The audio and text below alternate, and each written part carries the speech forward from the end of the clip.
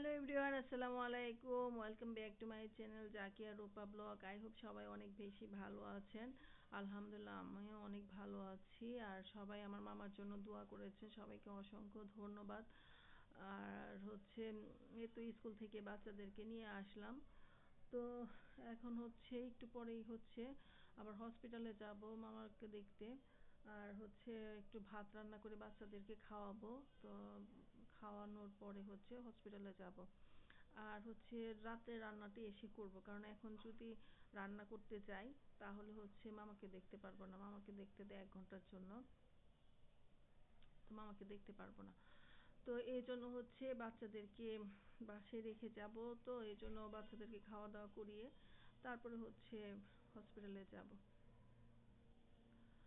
আর সারাদিন হচ্ছে টুকটাক অনেক কিছু করেছি, এগুলো এখন আর ইচ্ছে করে না ভিডিও করতে।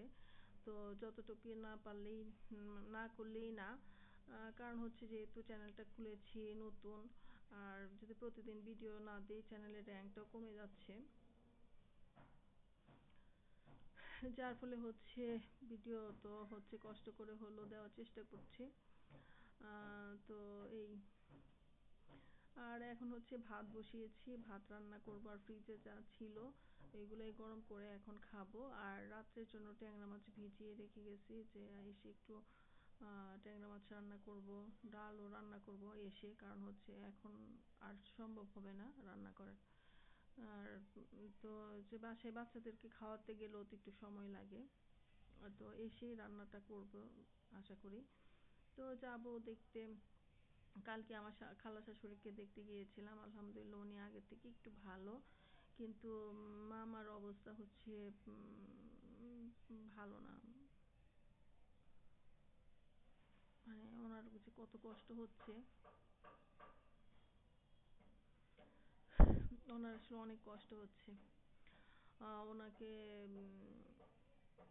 মানে ঘুমের ওষুধ দিয়ে হচ্ছে রাখা হয়েছে। তো যদি যত ওইরকম মানে শরীরে এত পেন বলার বাইরে। আর আজকে যে নাকে যে নলটা ছিল এটাও খুলে ফেলছে মামা।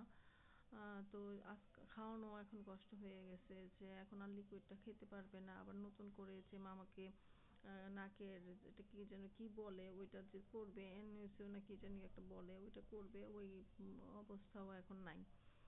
তো আজকে জানি না, এখন হাসপাতালে গেলে বুঝতে পারবো আজকে কি খাওয়া দাওয়া করেছে। বাংলাদেশে আসার পর আমার ছোট খালা আসার পরে 2 নলা মনে হয় বাংলাদেশের রিজিকে মানে ছিল, বোনের হাতে 2টা নলা খেয়েছিল, এরপর থেকে খাওয়া দাওয়া বন্ধ। এরপর তো আর খেতে পারেনি। 2টা নলা খেতেও তার অনেক কষ্ট হয়েছে। কিন্তু মামির কাছে শুনলাম যে মালয়েশিয়া এতটা খারাপ অবস্থা ছিল না, খেতে পারতো।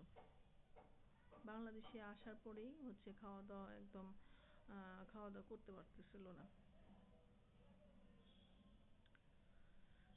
এই আর কি।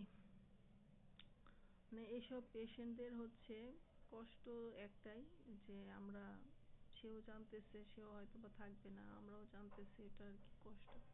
হঠাৎ করে নিয়ে যাওয়া একরকম, আর জানার পরে যে আমি দুনিয়াতে থাকবো না, এর চেয়ে বেশি কষ্ট আর কি হবে। যে আমরা তো জানি আমরা মরণশীল, একদিন মরে যাব, সেই দিনটা তো আর জানি না, বা সেই ক্ষণটা তো আর জানি না। তো উনি ফিল করতেছে প্রতিটা মুহূর্তে।